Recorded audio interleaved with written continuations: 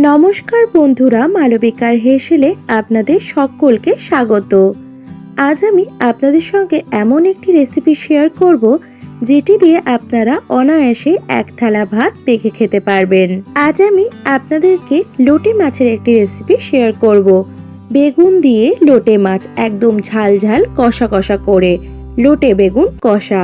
তাহলে এই মজার রেসিপিটি আমি কিভাবে তৈরি করি চলুন সেটাই দেখে নেওয়া যাক। প্রথমে কড়াইয়ের মধ্যে দিয়ে দিলাম সর্ষের তেল। এই রান্নাতে আমি সর্ষের তেলই ব্যবহার করছি। সর্ষের তেলটা একটু গরম হয়ে এলে এবার এর মধ্যে দিয়ে দিতে হবে হাফ চা চামচ গোটা জিরে আর একটা গোটা শুকনো লঙ্কা। ফোড়নটাকে 5 সেকেন্ড মতো হালকা ভেজে নিয়ে এবার এর মধ্যে দিয়ে দিতে হবে দুটো মিডিয়াম সাইজের পেঁয়াজ কুচি। এবার পেঁয়াজটাকেও ভালো মতো করে একটু গোল্ডেন ফ্রাই করে নিতে হবে। পেঁয়াজটাকে ভাজা করছিলাম, তার মাঝেই দিয়ে দিলাম একটা বড় সাইজের টমেটোকে কুচি করে। এবার ভালো করে টমেটো আর পেঁয়াজটাকে ভেজে নিতে হবে। প্রায় 1 মিনিট পরে এবার এর মধ্যে আমি দিয়ে দিলাম 1 চা চামচ আদা রসুনের পেস্ট।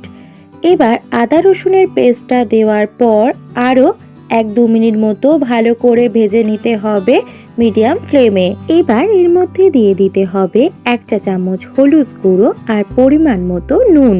হলুদ আর নুনটা দিয়ে ভালো করে পেঁয়াজটাকে ভেজে নিতে হবে। এর 1-2 মিনিট পরে এবার এর মধ্যে দিয়ে দিলাম মিডিয়াম সাইজের কেটে রাখা বেগুন।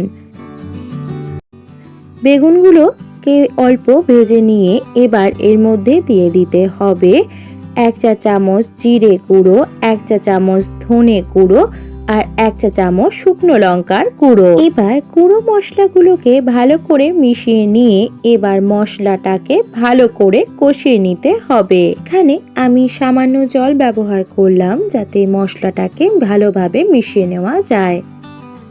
এই সময় আমার রান্নার মধ্যে একটু তেলটা কম মনে হয়েছিল বলে আমি খুব সামান্য পরিমাণে এখানে আবার তেল অ্যাড করেছি। এবার 2-1 মিনিটের জন্য ঢাকা দিয়ে রান্নাটা হতে দিতে দেব, এতে বেগুনটাও একটু নরম হয়ে আসবে। ঢাকাটা খুলে নিলাম। এবার মশলাটাও ভালো করে কষে গেছে। এর মধ্যে এবার দিয়ে দেব 1 চা চামচ গরম মশলার গুঁড়ো আর দিয়ে দেব আগে থেকে নুন হলুদ মাখানো লোটে মাছ। লোটে মাছটা দেওয়ার পর কিন্তু খুব সাবধানে খুন্তিটা নাড়াচাড়া করতে হবে, কারণ মাছটা খুব নরম, ভেঙে যেতে পারে। আর লোটে মাছ সেদ্ধ হতেও কিন্তু খুব বেশি সময় লাগে না। এবার এর মধ্যে আমি দিয়ে দেব 4টে চেরা কাঁচা লঙ্কা। আমি যেহেতু বলেছি আগেই যে এটা একটু ঝাল ঝাল হবে, আপনারা চাইলে আপনাদের ঝালের টেস্টের অনুযায়ী ঝালটা কমিয়ে বা বাড়িয়ে নিতে পারেন।